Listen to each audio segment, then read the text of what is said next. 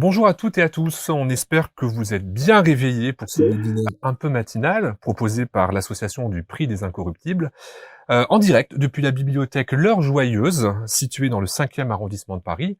Un webinaire qui, on l'espère, va vous donner envie de découvrir des titres de littérature jeunesse. Vous êtes très nombreux à vous être inscrits. Enfin, un petit coucou à l'école de Vilnius en Lituanie, puisqu'on nous suit jusque là-bas. Pendant ce webinaire, vous aurez l'occasion de poser des questions qui nous seront communiquées. Nous y répondrons à la fin. Vous êtes déjà nombreux à nous avoir envoyé vos questions. Donc, on essaiera de répondre aux principales questions. On ne pourra pas répondre à toutes parce que vous avez été très nombreuses et très nombreux à nous poser des questions. Quelques petits rappels avant de commencer. Premier rappel, pas de panique. Tous les titres que nous allons vous proposer pendant ce webinaire vous seront récapitulés à la fin et vous seront communiqués par le biais d'une fiche pédagogique qui vous sera transmise par mail. Par ailleurs, tous ces titres que nous allons vous proposer, nous les avons choisis ensemble, sans aucune demande de quelque éditeur que ce soit. C'est ce qu'on appelle un webinaire sans collaboration commerciale. Je me présente rapidement, je suis Maxime Gilliot, auteur jeunesse. Vous me connaissez peut-être pour mes deux séries Cellule 24 ou L'Odyssée de Milo. Et si vous ne me connaissez pas encore, je vous rappelle que l'heure des cadeaux n'est pas encore terminée. Il est possible de faire des beaux cadeaux. Pour nous accueillir dans ces lieux fantastiques, j'ai la chance d'être accompagné d'Aurore Rousselot, qui est bibliothécaire et directrice adjointe de la bibliothèque de l'Heure Joyeuse. Aurore, est-ce que tu peux nous expliquer en quelques mots la particularité de cette bibliothèque, de ton royaume? Oui, bonjour à tous. Alors la bibliothèque L'Heure Joyeuse, c'est la première bibliothèque consacrée à la jeunesse en France. On a d'ailleurs fêté ses 100 ans l'année dernière, elle a ouvert en 1924 et c'est une bibliothèque qui a été créée par un comité américain qui aidait à la reconstruction de la France après la guerre. La bibliothèque était pour les enfants et ne pouvait entrer que les enfants à partir de 6 ans. Il fallait qu'ils sachent lire et, petite particularité, les adultes étaient interdits. D'accord. Et donc, adultes interdits, mais tu me rassures, maintenant, les adultes sont autorisés. Oui. Ils peuvent accompagner les enfants. Oui, aujourd'hui, ils sont autorisés. Le fonds patrimonial, les livres du XVIe siècle jusqu'à aujourd'hui sont maintenant conservés à la bibliothèque Françoise Sagan dans le 10e arrondissement de Paris. Et la particularité de cette bibliothèque aussi, c'était une grande mixité. Les garçons, les filles étaient mélangés.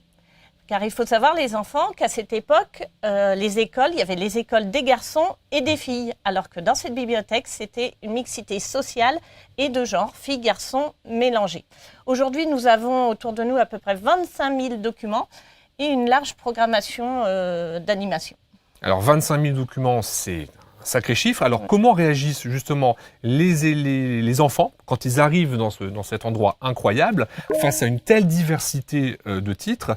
Est-ce qu'ils vont facilement te demander conseil, ou à toi ou à tes collègues, pour les orienter vers un choix de livre? Alors, on a tout type de profils. Il y a les enfants qui savent exactement ce qu'ils veulent. Ils vont dans le rayon, ils choisissent leur livre. Et puis, il y en a d'autres qui ont besoin de conseils et nous sommes là pour ça. Ils nous demandent, par exemple, j'ai aimé une série, qu'est-ce qu'il y aurait dans le même genre? Ou alors, je me rappelle plus du titre, mais il y avait un dragon dans cette histoire. Et là, c'est parti pour une enquête. C'est ce que j'adore dans notre métier, c'est répondre à la demande du public. Alors justement, c'est très intéressant parce qu'on nous pose souvent la question, comment est-ce qu'on peut choisir un livre dans une bibliothèque ou dans une librairie? La première chose à savoir, c'est qu'il faut aller demander conseil aux professionnels, que ce soit les libraires, que ce soit les bibliothécaires, les enseignants des fois. Ils sont là pour vous aider, résoudre une petite enquête, effectivement, chercher un titre. Et justement, nous allons commencer par là. Est-ce que, Aurore, tu peux nous présenter ton coup de cœur de ces dernières années en littérature jeunesse? Voilà, donc c'est pas facile, hein. Si je devais en choisir qu'un seul, donc j'ai choisi celui-ci. C'est Jefferson de Jean-Claude Mourleva chez Gallimard Jeunesse. Donc l'histoire se passe dans le pays des animaux, mais des animaux qui s'habillent, qui mangent, qui sont comme des humains, comme vous le voyez sur la couverture avec ce petit hérisson qui est Jefferson. On va suivre ses aventures. En fait, c'est un petit hérisson bien organisé, tout est calme dans sa vie, paisible, tout se passe bien. Et ce jour, il a décidé d'aller chez son coiffeur préféré, Monsieur Edgar, pour se couper la houppette. Voilà. Il arrive au salon de coiffure. Malheureusement, il trouve porte close. Il fait le tour. Et là, qu'est-ce qu'il aperçoit? Monsieur Edgar, son coiffeur préféré, allongé au sol. Il s'avère que Monsieur Edgar a été assassiné. Jefferson se trouve là au salon de coiffure. Suite à plusieurs malentendus, il va se retrouver accusé. On va croire que c'est lui le meurtrier. Comme vous pouvez l'imaginer, Jefferson est complètement paniqué. Il va prendre la fuite. Heureusement, il est aidé. Il va être soutenu par son ami de toujours, Gilbert le cochon. Le fameux. Le fameux cochon. Et il va pouvoir, il va être soutenu grâce à Gilbert et ils vont partir enquêter. Donc là, on a une véritable enquête pour essayer de trouver ce meurtrier et surtout pour prouver son innocence. Donc les voilà partis dans le pays voisin qui est le pays des humains, donc un pays pour les animaux très étrange qui fait très peur. Et là, ils vont tomber sur un cruel réseau qui est impliqué dans la maltraitance animale. D'accord. Voilà. Donc, ils vont être aidés, ils vont rencontrer plein d'animaux. On est dans un véritable petit polar avec du suspense, des rebondissements. J'ai beaucoup aimé la plume, comme toujours, de Jean-Claude Mourleva, qui traite de sujets forts comme la maltraitance animale, mais avec toujours une petite pointe d'humour. Donc, c'est une histoire douce et profonde à la fois que je recommande à tout le monde. Et cette année, nouveauté, il y a le roman qui est sorti, qui a été adapté en bande dessinée. En tout cas, à moi, envie de le relire. Alors moi, je vais vous parler de mon coup de cœur, dans un registre un peu différent. Il s'agit de Cameo, de Bertrand Puard, aux éditions Gulfstream. C'est le premier volet d'un diptyque, puisque c'est une histoire en 2 tomes. On y suit Reiko, qui est un personnage qui a une 50aine d'années, qui est japonais. Et il faut savoir que dans la culture japonaise, lorsque des personnes disparaissent dans des circonstances un peu troubles, leur âme ne peut pas accéder à l'au-delà parce qu'il leur manque leur Reiko. C'est une sorte de clé pour pouvoir enfin passer dans le monde des disparus. Et donc, le Kaimyo, j'ai dit Reiko, le Kaimyo. Et donc, Reiko, justement, aide des personnes, des esprits, à trouver leur Kaimyo pour pouvoir accéder à la tranquillité. Et donc, son métier d'enquêteur, une sorte d'enquêteur de paranormal, l'emmène à Paris, où il rencontre Noria, qui est une adolescente. Et Noria a cette particularité, c'est qu'elle est entrée en communication avec l'âme d'une personne japonaise décédée dans des circonstances un peu étranges. Et il se trouve que cette japonaise, cette âme, aurait des choses à révéler sur la mort des parents de Reiko plusieurs décennies auparavant. Donc, les deux vont se lier d'amitié et vont enquêter ensemble. C'est un vrai roman à suspense, puisqu'on a une enquête. Que sont devenus les parents, qui les a fait disparaître, et en même temps toute une réflexion qui est très intéressante sur la disparition, sur le deuil, mais traitée de façon extrêmement tendre, extrêmement douce, voire poétique. Donc c'est vraiment pas un livre qui fait peur, avec une plume absolument maîtrisée et très sensible. Donc je conseille, en ce qui me concerne, Cameo de Bertrand Puard aux éditions Gulfstream. Alors Aurore, c'est très bien d'être prescripteur pour les plus jeunes, mais certains sont timides, n'osent pas venir forcément demander conseil aux bibliothécaires ou aux libraires. Alors quel peut être l'élément déclencheur qui donne envie de découvrir un livre ? Alors pour découvrir un livre, si on n'ose pas aller vers le bibliothécaire, le libraire, voilà. Nous, en bibliothèque, on fait souvent des présentations de livres. On met des livres en présentation et ce qu'on appelle en facing. En facing, c'est-à-dire qu'on s'inspire de ce qui est fait depuis longtemps en librairie, où on pose des livres sur des tables de face. On voit leur couverture. Donc c'est vraiment la couverture qui peut être un élément déclencheur d'une envie de lecture. C'est un élément extrêmement important. D'ailleurs, les éditeurs le savent très bien, puisqu'il y a vraiment beaucoup de travail sur les couvertures, parce que la couverture va vous donner des indications sur l'histoire, des indications sur l'univers dans lequel va se passer l'histoire. Est-ce qu'on va avoir une histoire inquiétante, de science-fiction, une histoire rigolote ? Et donc, nous, on s'est amusés, et ça va être à vous maintenant de participer dans ce webinaire, nous sommes amusés à imaginer 2 catégories de couvertures de livres. Des couvertures rigolotes, loufoques, on pourrait appeler loufoques, et également des couvertures beaucoup plus esthétiques, beaucoup plus poétiques peut-être. Et donc le principe, c'est vous allez avoir arrivé sur votre écran 3 couvertures. Alors on va commencer par les couvertures un peu rigolotes, les couvertures loufoques. Vous aurez, quand on vous le dira, 2 minutes pour, dans le chat, choisir la couverture préférée parmi les 3 qu'on va vous proposer. Vous allez voter. on nous donnera le résultat et charge à nous après de vous résumer en quelques lignes le livre que vous aurez choisi. Alors, nous avons Qui a détraqué Mémé de Manu Cos et Stéphane Nicolet aux éditions Nathan. Nous vous proposons également L'épouvantable bibliothécaire d'Anne-Gaëlle Balp chez Pépix. Alors, rassure-moi Aurore, L'épouvantable bibliothécaire, ce n'est pas ton histoire. Non, j'ai pas encore le chignon, c'est bon. D'accord. Okay. Et nous avons Les aventures farfelues des 10 chaussettes perdues, 4 droites et 6 gauches, de Justina Benarek. Et c'est aux éditions Helium. Voilà, c'est à vous de jouer. On vous laisse 2 minutes.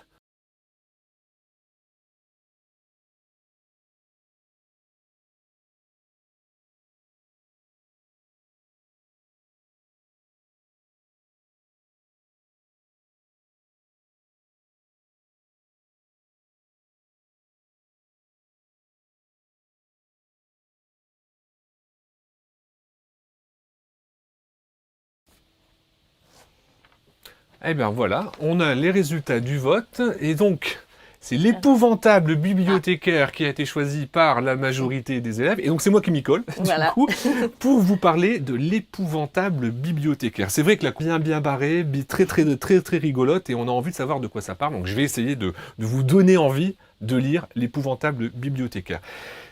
L'épouvantable bibliothécaire parle de l'histoire de Suzanne. Suzanne qui est une petite fille, une jeune fille. Sa grande passion à Suzanne, c'est les livres. Elle adore lire, elle n'en peut sans lire, d'aller dans sa bibliothèque favorite. Donc c'est vraiment ce qu'on appelle une boulimique de lecture. Et Suzanne, elle apprend une mauvaise nouvelle. Elle doit partir en vacances à la campagne chez sa tante. C'est pas qu'elle aime pas sa tante, simplement sa tante, elle est à la campagne, bibliothèque. Donc elle se dit, je vais passer des vacances absolument horribles, j'aurai pas mes livres, il n'y aura pas de bibliothèque. Donc elle se rend en vacances chez sa tante, et là, surprise, agréable surprise a priori, puisqu'il y a en face de chez sa tante un manoir, se trouve une bibliothèque. Donc elle dit, j'ai une bibliothèque à portée de main. Sauf qu'il a une réputation. Il semblerait que la bibliothécaire de ce manoir soit une sorcière absolument horrible, acariâtre. Elle a une réputation qui la précède absolument. On lui dit non, surtout ne va pas voir la bibliothécaire, tu sais pas ce qui peut t'arriver. Donc Suzanne, elle est un petit peu comme ça entre deux chaises, elle sait pas trop ce qu'elle doit faire. Et puis il se trouve que la petite sœur d'une des meilleures amies de Suzanne disparaît. Et la dernière fois où on l'a vue, elle se dirigeait vers la bibliothèque dans ce manoir. Donc Suzanne va devoir entrer dans cette bibliothécaire, affronter cette prétendue épouvantable bibliothécaire pour retrouver sa petite copine. Donc évidemment, c'est très drôle, pas mal d'illustrations, hein. Vous voyez, les plus jeunes, vous pouvez vous faire plaisir également. Il ne faut pas avoir peur d'avoir des gros livres, parce que vous voyez, vous avez des illustrations très rigolotes. Donc l'épouvantable bibliothécaire, on espère que on vous a donné envie de le lire. C'est de Anne-Gaëlle Balp avec des illustrations de Ronan Badel, et c'est chez Pépix. Voici pour les couvertures loufoques, les couvertures rigolotes. Maintenant, avec Aurore, on a envie de vous présenter des couvertures peut-être plus esthétiques, moins rigolotes pour le coup, mais en tout cas, qui vont certainement vous donner des indications sur l'univers, un univers bucolique. Même principe. On vous donne les 3 titres, les couvertures vont s'afficher sur votre écran, et vous allez choisir laquelle. Mémoire de la forêt, de Michael Brun-Arnaud, illustré par Sanoé, à l'École des loisirs. Nous vous proposons l'ouvrage Monstre de Stéphane Servant et de Nicolas Zouliamis, c'est chez Thierry Magnier, éditeur, et le livre Bruxelles d'Éléonore de Villepoix, et c'est aux éditions... Merci, chez Hachette, parce que j'allais l'oublier. Même motif, même punition, on vous donne 2 minutes. Alors, on ne vous cache pas qu'il y a peut-être un petit décalage avec la retransmission, donc vous étonnez pas si des fois vous l'avez un petit peu en décalé. C'est à vous de jouer.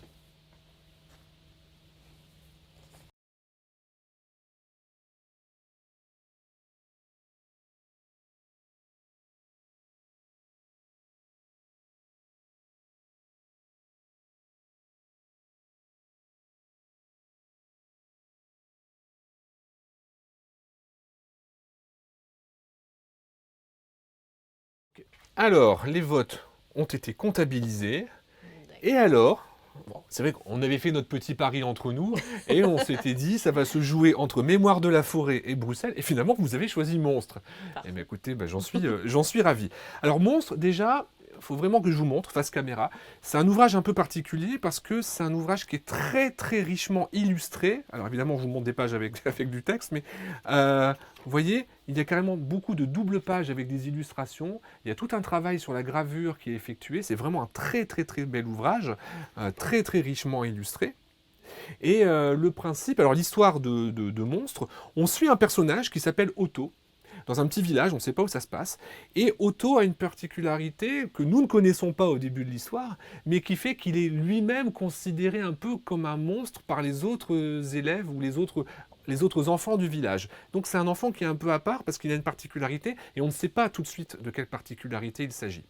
Et arrive dans le village un cirque itinérant, et ce cirque propose, entre autres attractions, de rencontrer un monstre, un personnage monstrueux. Donc Otto se dit, bah, ça va être l'occasion pour moi d'aller voir quel est ce monstre, quelle est la nature de ce monstre. Donc il va aller voir dans le cirque. Vous voyez, on voit tous les personnages, un peu les créatures mystérieuses, mais on ne voit pas Otto, on ne le voit que de dos depuis le départ.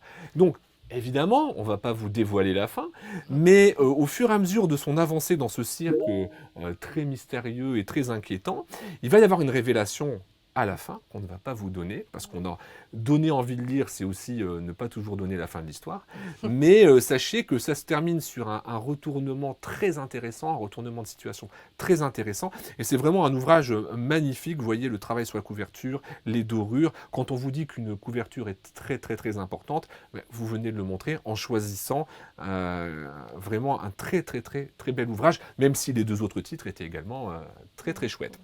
Alors, une couverture rigolote, une couverture intrigante, une couverture mystérieuse, une couverture poétique, tout ça c'est vraiment un élément primordial dans le choix d'un livre. Et on va encore vous mettre à contribution parce que c'est le moment de faire un petit jeu cette fois, il n'y a rien à gagner, mais on vous a créé une couverture qui n'existe pas, une couverture qui est en fait un mélange de 3 histoires, des classiques de la littérature jeunesse. Donc le but, on va vous laisser un tout petit peu plus de temps, il y aura 3 minutes cette fois-ci. Le but, c'est de trouver, dans cette couverture imaginaire, quels sont les 3 titres qui ont été utilisés pour la créer. Pareil, vous répondez dans le chat, vous mettez vos propositions de titres, et on se donne rendez-vous dans 3 minutes pour le résultat. C'est à vous de jouer.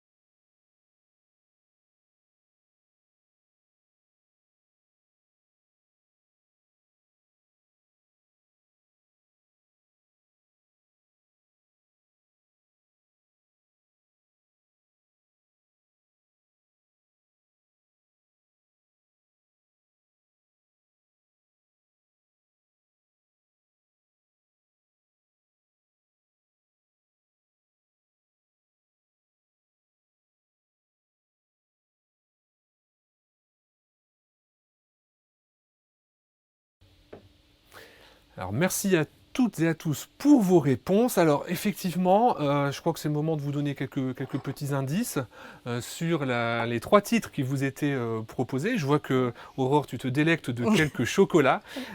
Effectivement, vous avez certainement reconnu le personnage. Ah bah je vais pas dire son nom tout de suite, hein, parce qu'on en aura besoin tout à l'heure, mais vous avez certainement reconnu Charlie et la chocolaterie de Roald Dahl. C'est le moment, c'est les fêtes de Noël, donc les petits chocolats, ça fait plaisir.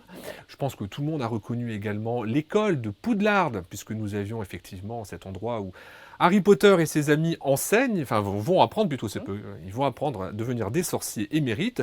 Quant à moi, je suis ravi de vous boire à votre santé, un petit verre, puisque le troisième ouvrage, je te laisse le montrer Aurore, c'est L'île au trésor de Stevenson. Donc une bonne bouteille de rhum. Voilà, évidemment, je vous rassure, c'est bien évidemment du jus de pomme. Il semblerait.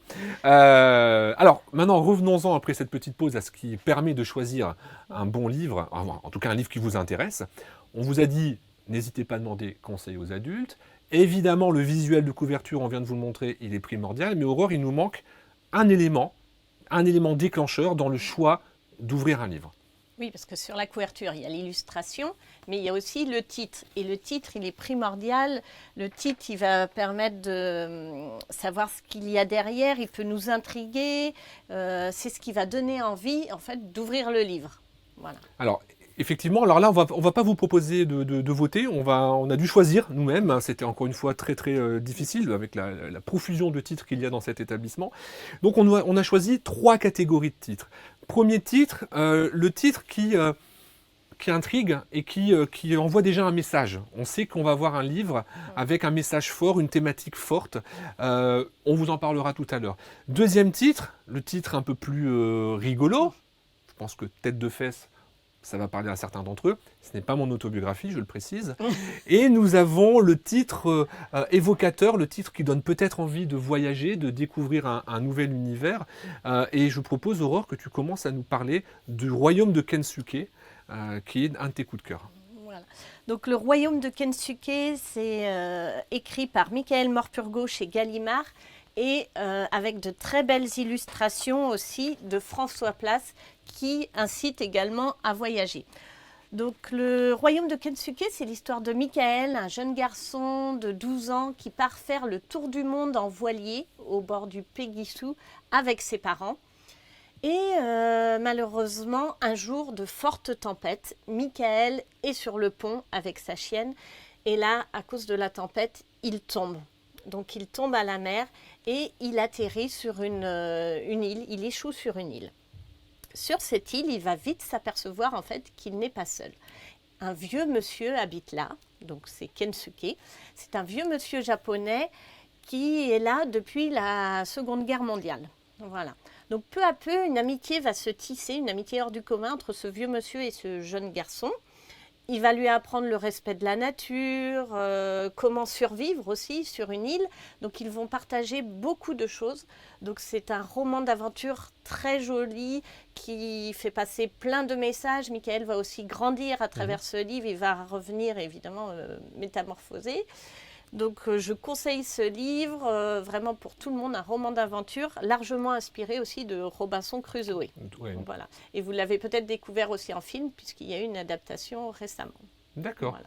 Alors, le royaume de Kensuke, le titre qui donne envie de découvrir peut-être d'autres mondes. Changement d'univers, moi je vais vous parler des Bleus au cartable de Muriel Zurcher, chez Didier Jeunesse, un ouvrage qui a obtenu le prix des Incos, le prix des Incorruptibles, il y a 3 ans. Des Bleus au cartable, comme le nom l'indique, va parler d'une thématique forte qui est le harcèlement scolaire.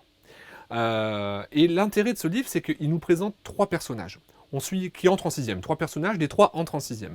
On a le personnage de Zélie, qui est une adolescente ou une préadolescente, un peu comme tout le monde. Et elle a envie de faire partie un peu de la famille des élèves cool, des filles cool du collège. Donc, elle sacrifie un peu au rituel d'être avec les copines, les codes avec les copines, etc. Elle n'est pas méchante du tout, hein, sauf que, elle ne veut pas trop se faire remarquer, elle veut vraiment s'intégrer à la tribu des filles cool. Elle a un petit crush sur le personnage de Ralph, qu'elle connaît depuis quelques années, sauf que depuis que Ralph est entré en 6e, il n'est plus le même. Il est beaucoup plus agressif, violent verbalement et même des fois physiquement. Ça devient une sorte de petit dur, on se demande bien pourquoi. Et en fait, Ralph a choisi d'harceler une 3e fille qui s'appelle Lana. Il lui en veut beaucoup pour une raison qu'on apprendra à la fin. Et on ne sait pas pourquoi. Et donc, Zélie est un peu embêtée de voir ce garçon qu'elle aime bien, qu'elle apprécie beaucoup, voire un peu plus, mais qui devient un harceleur, quoi.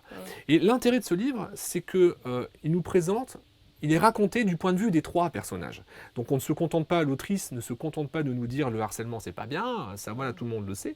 Non, au contraire, elle se met dans la tête de chacun des personnages pour expliquer comment ils en sont arrivés là. Expliquer ne veut pas dire justifier, mais en attendant, c'est très subtilement fait puisque ça nous permet de comprendre comment on peut, du jour au lendemain, passer du côté des harceleurs, alors que rien ne nous y prédisposait, et comment réagir surtout quand on est harcelé. Donc, Des Bleus au cartable, un ouvrage fort et avec un titre très très éloquent. Et on va peut-être finir sur une note un peu plus rigolote. Légère. Oui, plus légère. Avec un titre rigolo, du coup, Tête de fesse, c'est plus beau que toi. Voilà. Donc vous connaissez peut-être tous, qui est très connu aussi du même auteur de Bertrand Santini chez Sarbacane, le journal de Gertie. Tête de fesse, c'est pour les un peu plus jeunes. Et Tête de fesse, c'est ce chat bleu que vous voyez ici. Et c'est justement sa voisine, Gertie en fait, qui lui a donné ce surnom. Parce qu'en fait, vous imaginez bien, il ne s'appelle pas Tête de fesse, mais on nous dit qu'il s'appelle Jean-Jacques. Ah, rien à voir avec un Jean-Jacques que tu connais. Non, d'accord. Parce que le responsable de la bibliothèque s'appelle Jean-Jacques, mais ce n'est pas le même, je vous rassure. Donc nous voilà avec Tête de fesse qui écrit son journal. Et Tête de fesse est un peu particulier, puisque en fait, chaque jour, il se lève. Et qu'est-ce qu'il décide de faire? Il décide d'enquiquiner tous les animaux. Donc tous les animaux que vous voyez là, tous les animaux qui habitent dans la même ville que lui, il décide de les enquiquiner, de les embêter. Voilà. Donc dans ce premier volume, parce que c'est une série, il va décider en fait de faire croire à Stéphanie, je n'ai pas un problème Voilà, elle s'appelle Stéphanie parce qu'elle parle un peu comme ça, à Stéphanie et à Fleur que ce sont les plus laides du monde, qu'il est le seul Tête de fesse à incarner la beauté. Voilà. Malheureusement, il va réussir puisqu'elles vont être persuadées de ça, qu'elles sont tellement laides, elles n'osent plus sortir de chez elles. Voilà. Donc, on est sur vraiment un manipulateur. Hein, et heureusement, à la fin, un personnage va tout faire pour révéler qui est le plus laid, n'est pas forcément celui que l'on croit. Voilà. Donc, un peu sur la manipulation quand même et le phénomène d'emprise, mais sous forme d'humour. D'accord, Voilà. une thématique finalement qui rejoint un petit peu Des Bleus au cartable, ce qui nous permet de dire qu'on peut aborder des thèmes graves ou importants de façon différente, de façon plus directe avec Des Bleus au cartable, ou de façon détournée avec beaucoup d'humour, mais quand même ça permet de faire passer des messages. Merci beaucoup Aurore. Donc on va faire un petit résumé avant notre avant-dernière activité. Choisir un livre, c'est donc aller demander conseil aux professionnels, c'est se laisser séduire par une couverture, c'est se laisser séduire par un titre. Et si tout cela est réuni, on peut avoir accès à des histoires qui vont peut-être devenir des classiques de la littérature jeunesse.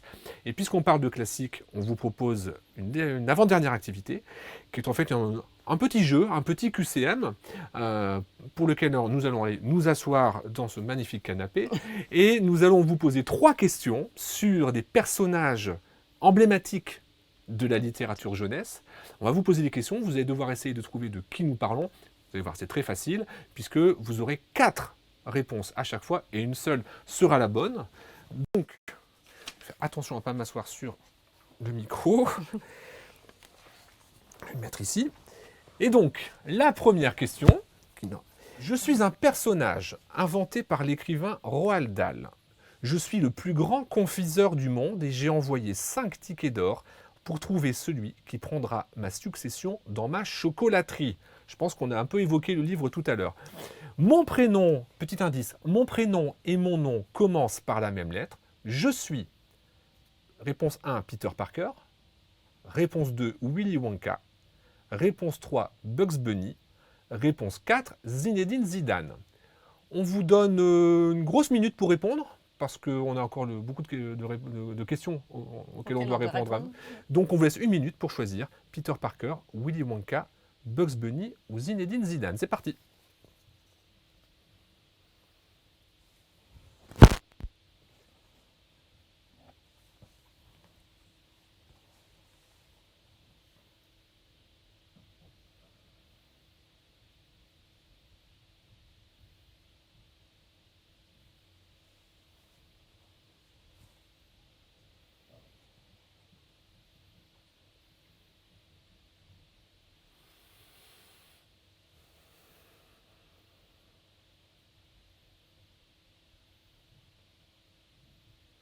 Ok, merci pour vos votes. Alors vous aviez deviné effectivement qu'il s'agit de Willy Wonka, le personnage, le gérant de cette chocolaterie dans Charlie et la chocolaterie.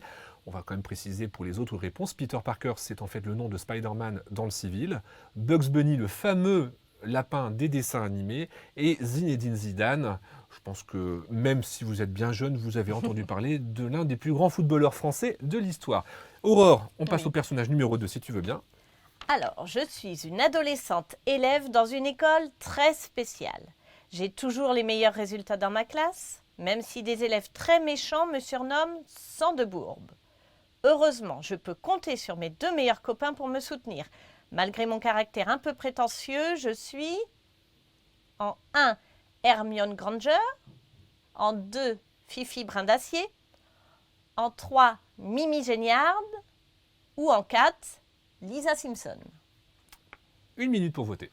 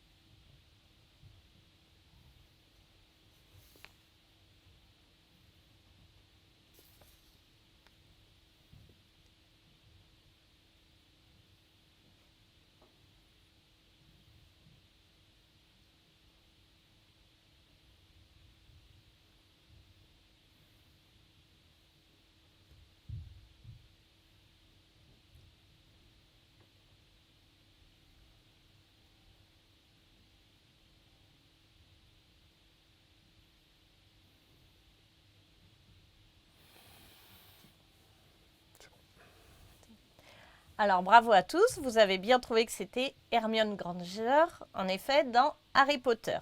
Donc on explique un petit peu les autres personnages. Fifi Brin d'Acier, c'est le célèbre personnage d'Astrid Lindgren, une fille rousse avec des petites tresses, là, des petites couettes. Mimi Géniard, le fantôme qui hante les toilettes des filles dans Harry Potter. Et Lisa Simpson, un indice ici, voilà, vous connaissez sûrement les petits personnages jaunes des Simpsons. Merci. Alors on passe à la dernière question. Dernier personnage à trouver. On a choisi une créature cette fois, Ouais. parce qu'on a eu un Changer. garçon, une fille, alors on va finir par une créature. Alors je suis une créature qui est issue de contes très anciens, mais j'ai été popularisé en France au XVIIIe siècle. J'étais à l'origine un jeune et beau prince, mais très moqueur et méchant. Et pour me punir, une sorcière m'a jeté un sort qui m'a donné l'apparence d'une créature effrayante. Seul l'amour d'une femme pourra me libérer de ce sortilège. Je suis Patrick dans Bob l'éponge. Je vois que tu souris, Non, donc à mon non, non, avis, je donne pas voilà. d'indice. La bête dans La Belle et la Bête. Quasimodo dans Notre-Dame de Paris. Ou Shrek dans Shrek. Allez, à vous de jouer.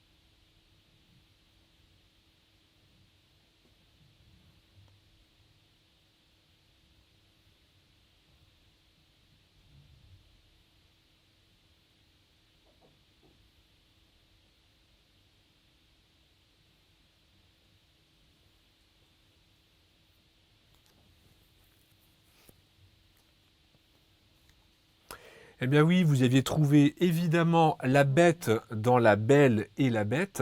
Patrick dans Bob l'éponge, bon non, c'est un Non. dessin animé très rigolo, mais je pense que c'est déjà une étoile de mer à la base, hein. Il n'a pas été transformé. Ça aurait pu être peut-être Quasimodo dans Notre-Dame de Paris, mais non, Quasimodo malheureusement est né ainsi, difforme et pas très beau. Et puis Shrek, pas pareil, Shrek c'est un ogre qui est né ogre. Alors il s'agit bien de la bête dans La Belle et la Bête. Alors peut-être que vous n'avez pas lu le conte d'origine, mais vous avez forcément entendu parler de cette histoire, parce que notamment on la trouve dans plein d'adaptations en livre et également en dessin animé. Donc bravo à toutes et à tous. On va terminer ce webinaire par le jeu des questions-réponses. Alors, on ne vous cache pas qu'on a eu énormément de questions. Je me tourne vers la régie. Okay, je vais leur demander de nous faire signe quand il ne restera plus que 2 minutes afin qu'on vous dise au revoir comme il faut. Et là, on va vraiment essayer de répondre à un maximum de questions. On va commencer par une question qui est très intéressante, qui risque de nous prendre un tout petit peu de temps, du lycée Fénon de Lille, qui demande comment peut-on prendre l'habitude de lire régulièrement. Beaucoup d'élèves aimeraient lire chaque jour, ou au moins 1 à 2 fois par semaine, mais ne savent pas comment s'y prendre. Alors ils nous demandent des conseils pour leur donner envie d'instaurer une habitude de lecture. Je te laisse commencer.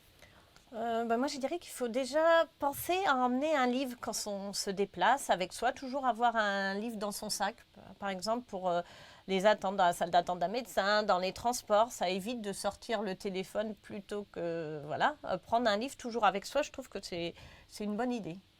Et surtout, ne pas se dire qu'il y a des livres qui sont forcément mieux que d'autres. C'est vraiment très important que vous lisiez ce que vous avez envie de lire. Ça, c'est, faut pas que ce soit une contrainte. Et tu parlais de téléphone, il n'y a pas non plus de problème à lire sur un support numérique. Vous pouvez lire sur une liseuse. Je sais que des personnes lisent des livres sur leur téléphone parce que maintenant, la plupart des romans sont adaptés en version numérique. Donc, n'ayez pas peur du livre. Le livre n'est pas votre ennemi. Choisissez les livres que vous avez envie de lire. Ne vous mettez pas à la contrainte. Et comme tu le dis fort justement, ayez toujours à proximité dans votre poche, sur votre téléphone, un livre sur soi. C'est extrêmement important. Et puis si certains ont envie de se dire, allez, tel jour, je vais plutôt lire à ce moment-là parce que entre une telle activité et telle activité, j'ai le temps de prendre un quart d'heure pour lire, même si c'est 5 minutes. 5 minutes le soir, avant de se coucher, c'est la meilleure façon de bien dormir. Installer un petit rituel en fait, soit avant de se coucher, soit un quart d'heure dans la journée. Voilà, instaurer un petit rituel, c'est la meilleure façon. Et ne pas se dire, je dois absolument lire 50 pages. Non, juste, j'ai envie de lire 5 minutes, je lis 5 minutes, et ce sera déjà bien. Nous avons ensuite une question de l'école du Pradet. Qu'est-ce qui vous a donné envie de faire ce métier, et à quel âge avez-vous eu cette passion pour les livres, Aurore ?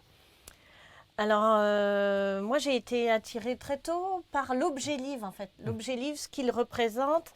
J'ai beaucoup aimé plus tard aussi les livres d'artistes pour enfants. C'est ce qui m'a donné envie de travailler dans une bibliothèque spéciale pour la jeunesse, parce que j'ai été passionnée par l'art et les livres. Je ne savais pas quoi choisir entre artiste ou bibliothécaire. Donc, je trouvais que les livres pour enfants rassemblent les deux. C'est vraiment des objets créatifs qui donnent envie de transmettre quelque chose aux enfants parce qu'ils représentent.